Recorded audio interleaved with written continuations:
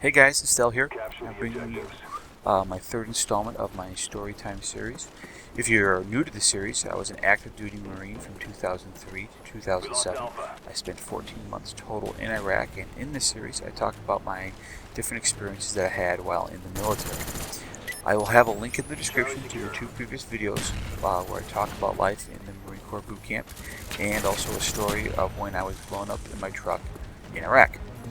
In this video, however, I will talk to you guys about my second story that I have from that same deployment, and if time permits, I'll tell you guys a quick story, scary story, from my first deployment.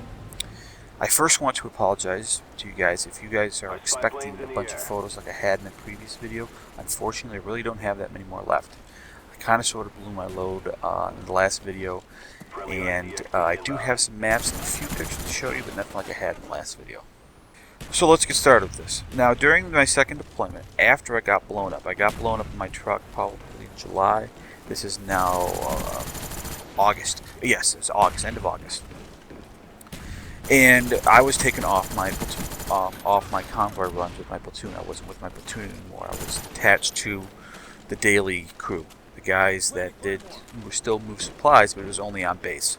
The day-to-day operations of moving things around on base and getting other things. And this particular mission that we were doing was I was taking a bunch of ammo from our base to the base right outside Camp TQ, called Camp Havana. So, you had a big base of like there. I'm showing you the map of TQ. Right outside on that is Camp Havana. So to get there, I had to get all the way to the other side of the base and then get out the front gate. So I was driving this vehicle, the LDS. You guys remember that from me showing you guys that in the previous video, but this adds an extra trail if you noticed. That's the tandem tow. I was driving that vehicle. And what it was ammo.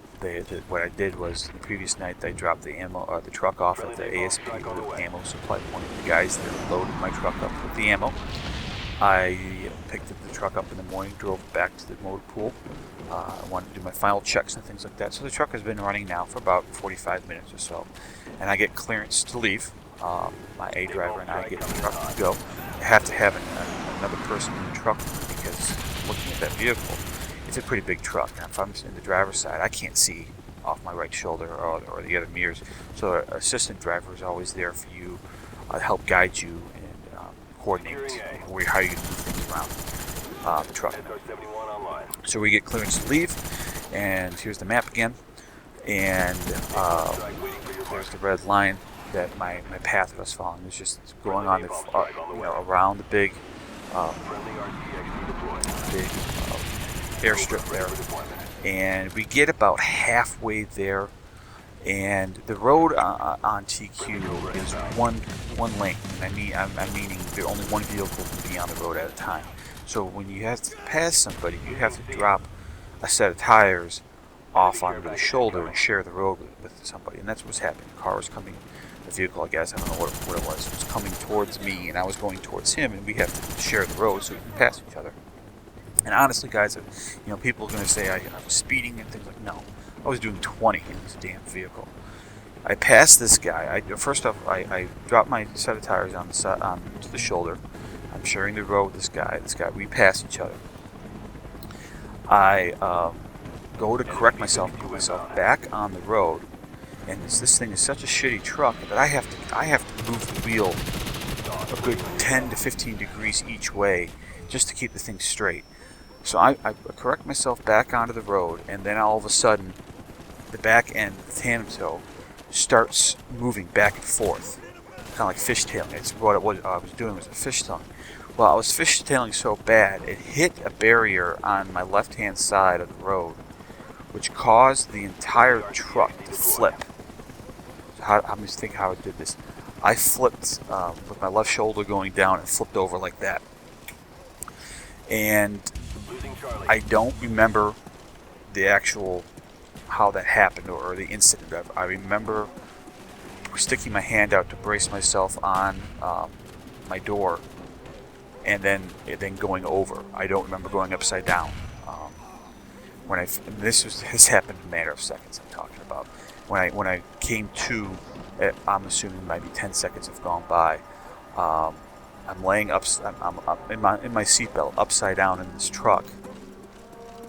I can hear my A driver, which is she, not screaming, but kind of in pain. She was in pain, and my wrist really hurt. And all of a sudden, I start feeling this hot substance, liquid, falling on my back.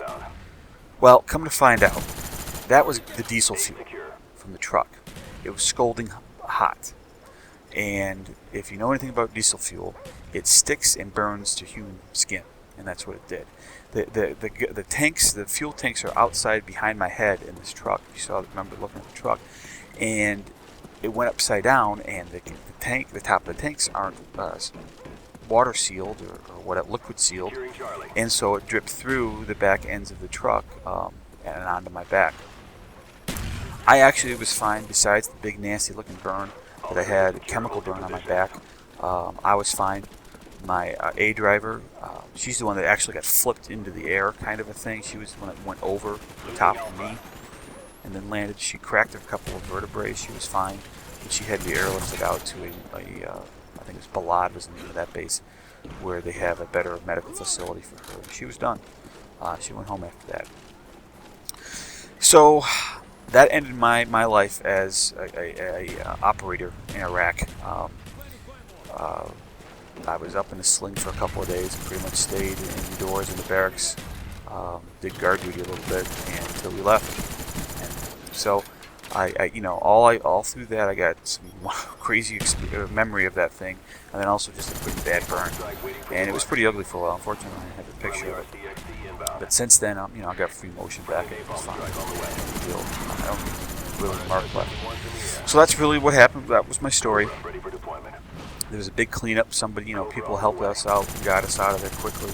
They had to call the fire guys and that foam shit, because the truck was still running and the fuel was everywhere. So obviously the scare was the main thing going up. So they had that fire foam spraying on everything.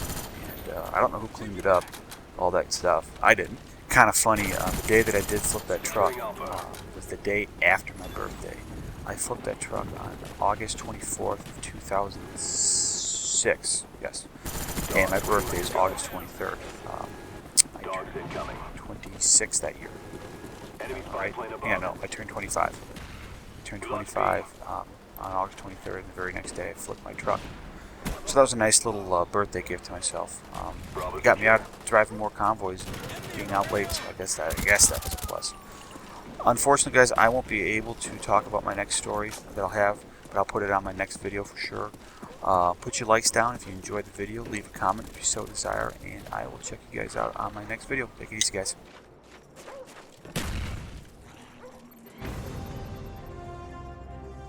Mission accomplished. Nice job.